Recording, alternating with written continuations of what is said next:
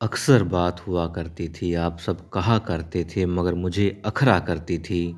जैसा दिखाया जा रहा है, जो दिखाया जा रहा है उसके माध्यम से आरोप लगा करते थे, प्रश्न चिन्ह लगा करते थे मल्हार राव सूबेदार जी के शासन पर, प्रशासन पर, उनकी कार्यप्रणाली पर, उनके दूरदर्शी होने पर भी। क्यों?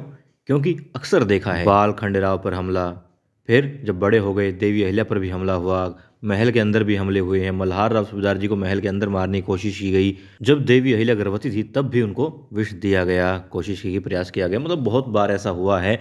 खंडेराव को भी विष दिया गया जब पार्वती आई थी तब उस दौरान।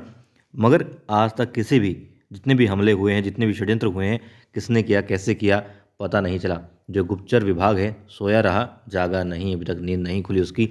और अब लग रहा है कि हाँ वाकई में ऐसा ही है। मल्हार राव सूबेदार जी का जो गुप्तचर विभाग है वो ध्वस्त हो चुका है। उनके सैनिक अंधे हो चुके हैं, बहरे हो चुके हैं, उन्हें ना दिखाई देता है ना सुनाई देता है। क्यों? क्योंकि धन्ना सरदार खुलेआम घूम रहे हैं। ना उन्हें कोई देख पा रहा है, ना कोई उन्हें समझ पा रहा है कि धन्ना सरदार हैं जो कभी बर्खास्त किए गए थे और सजाए मौत सुनाई गई थी, भागे हुए मुजरिम हैं, मगर छिपकर नहीं रह रहे हैं। आराम से खुलेआम गांव में घूमते हैं, यहाँ तक लोगों को डराते भी हैं, धमकाते भी हैं, मारते भी हैं। मगर कोई नहीं बताता कि धना सरदार यहाँ छिपा हुआ है। कोई नहीं पता कर पाता कि धना सरदार यहाँ छिपा हुआ है।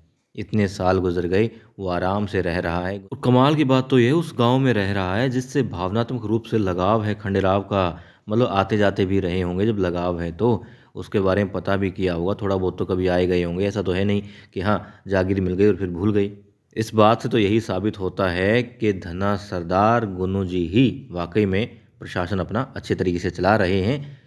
वहाँ पर जितने भी लोग हैं मल्हार राव सूबेदार जी के परिवार वालों को छोड़ करके बाकी सब बिकाऊ हैं। किसी मंत्री को, किसी सैनिक को कुछ नहीं पड़ी राज्य की या फिर होलकर परिवार की।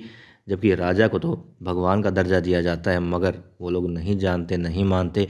यहाँ तक कि प्रजा भी इन बातों से अनजान है। वरना कभी ना कोई सैनिक ही बता देता, सैनिक नासी कोई इंसान जो नागरिक है वो बता देता कि धना सरदार तो वहाँ छिपे बैठे हैं। तो आज लग रहा है कि हाँ वाकई में आप सब सही कहा करते थे।